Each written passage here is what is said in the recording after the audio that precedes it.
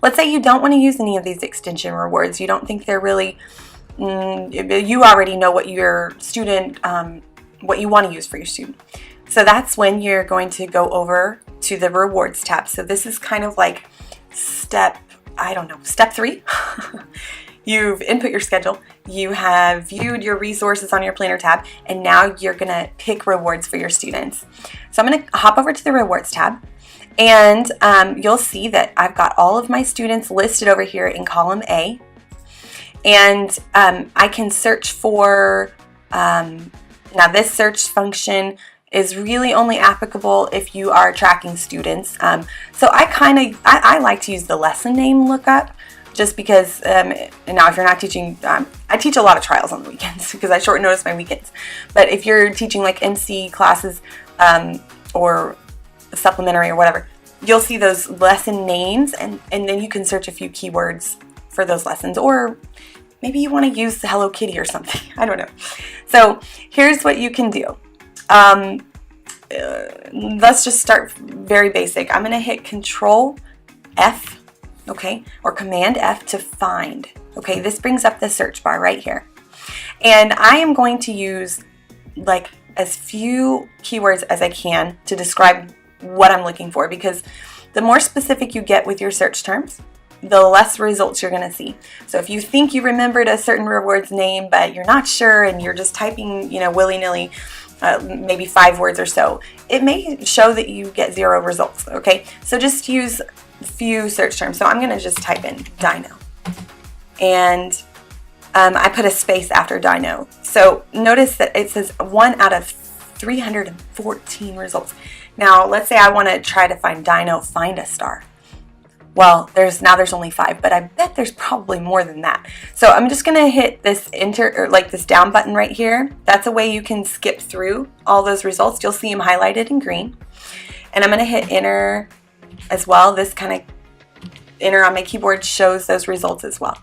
Okay, so I want to use this one. Okay, so let's say I want to use this reward. Here's what you're going to do.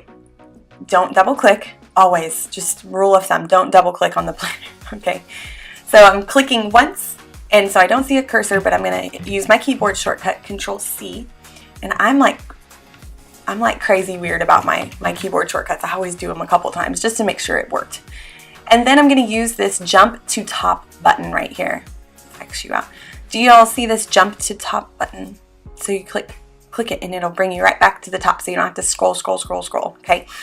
And trumpet, I want to use that reward for trumpet. So I'm going to paste it. Okay. And now if I go back to my planner tab, I'll see right here next to trumpet, I'm going to see that reward, and then I can Alt Enter and open it. Okay, and this will come in handy once you've got all of them filled up and you just have your links all in one place. That's what the planner tab is for. It's just to get all your links in one place. Okay, so let's go ahead and have everybody do that one. Okay, so what I'm doing right here, I just grabbed this little triangle-y thing and I'm just dragging, and then I let go. Okay, this kind of just copies and pastes the link to all of those cells. Just a quick tip there. Okay, let's say I really like this reward and I want to save it for next time. I want it to be one of my go-to rewards. I don't know why that heart is bigger than the other one. Weird. Okay, anyways, I made, per the suggestion of the admin team and a couple of others in the group, the top, D1 through G4 is editable. The rest of it is not, other than column C where you paste. But these little boxes up here, think of it as like your favorites, your favorite rewards to use, your go-to rewards. You know, we all kind of have those. So just Control C, and you can go up here and Control V. Now it doesn't wrap the text, so it's going to be a little weird looking. You won't exactly know, but you can change what the link says by doing the link button right here, or you can do Control K, and that'll bring up the title. So if you want to edit that, you can. Okay. All right. So I've got my rewards picked out. I've saved a couple of my favorites here. So now what I'm going to do is I am going to go back over here to my planner, and you'll see all of those students now have that link in there, okay? And what I recommend doing is clicking this email planner button right here. Now, if you click it right now, like you're doing these steps with me, you're not going to get an email, okay? So I'm just kind of backtracking a little bit here. I didn't want to overwhelm you at first with this first tab, but I-1 is where you'll type in your email address, and it is case sensitive, so keep that in mind.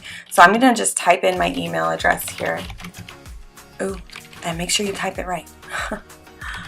Okay, so I typed in my email address. I'm going to hit enter. And so now I can click the email planner button from my input tab or from my planner tab.